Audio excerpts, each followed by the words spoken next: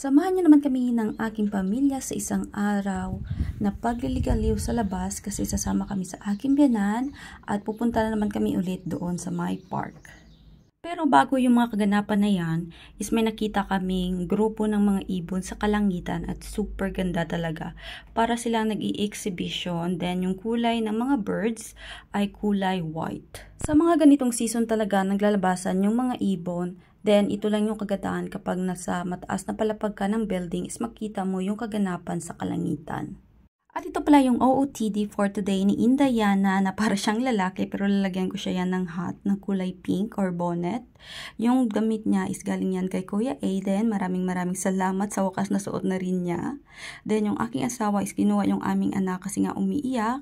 And ito na yung time na lalagyan ko siya ng bonnet. Ang problema dito sa anak ko is ayaw niya talaga ng mga anik-anik sa kanyang ulo. Kaya yan, umiiyak siya. Pero wala siyang choice kasi nga mas kusog ang nanay kontra sa iya. Yung aking biyanan is nakapagbihis na rin at ready na kami for the go. At nandito na kami sa sasakyan and of course yung aking biyanan is nasa harapan na at ako naman is dito sa likod.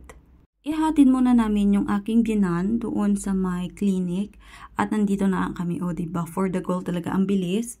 Dito lang namin siya binaba sa may atubang sang simbahan kay lakto lang niya pakato sa clinic. Then kami naman is dediretso doon sa my park at yan pala yung Shawarma Banyesa na store na bilihan, tapos ito naman yung school na madadaanan natin. Nandito naman kami ng aking anak sa park, pero as usual wala pa rin kaming dalang stroller kasi sumama lang kami.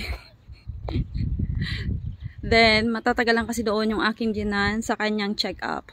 So, nag-roaming around kami dito at nagulat ako sa park. May mga dahon-dahon na, yung mga kahoy, yung ilang mga kahoy is meron ng dahon. And super refreshing ng hangin. This is good kasi hindi masyadong mainit para sa aking anak. At nagulat ako sa itsura ng park kasi ilang araw lang naman kami na hindi nakabalik dito pero marami na talagang mga puno. Yung may mga dahon tapos itong bulaklak ng dandelion yata. Kung hindi ako nagkakamali, before wala pa to pero ngayon super dami na. Umupo muna kami dito ng aking anak. Napansin ko lang super dami na ng mga trabahante dito na naglilinis ng park. Yung iba is nagkakating ng mga grass. Then, yung iba naman is nagtatanim ng mga flowers. Ito kasi yung park na madalas na pinupuntahan namin kasi marami ditong magagandang flowers, which is yung different colors ng roses. Tapos, minsan, meron din ditong tulips. Pero for now kasi is wala pa silang masyadong mga tanim-tanim. Yun pa lang yung pinakita ko sa inyong mga bulaklak. Tsaka yung kulay yellow na dandelion, yata yung pangalan nun, kung hindi ako nagkakamali. And super ganda ng hangin. And ang aking anak is natutulog. Nilalagyan ko siya ng ganito kasi masakit yung init sa kanyang balat tapos nai-irritate.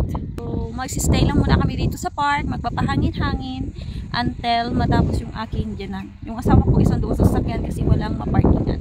Dahil nag-crying lady na naman ang aking Junake, so hinilihele ko siya. Napansin ko lang ngayon na walang masyadong tao. Yung mga tao na nakikita nyo sa aking likod is yan yung mga trabahador na nagtatanim ng mga sari-saring mga bulaklak dito sa park para lalong gumanda pa. At ito nga yung iilan sa mga flowers na natanim na nila pero malakain na siya in person. Pero ang iyang flowers is grabe, super ganda niya. Ewan ko ba, pero nagagandahan talaga ako sa bulaklak na yan. Tapos yung aking asawa is sinihintay kami dyan sa may skaon or sa upuan. Tapos ito na nga, nasundo na namin yung aking biyanan. At pupunta muna kami sa piazza or sa market kasi bibili kami ng aming lunch. At ito pala yung aming munisipyo or yung center ng munisipyo namin. At dyan din nilalagay yung aming Christmas village. At ito pala yung nasa daan ng mga flowers. Same lang nasa park.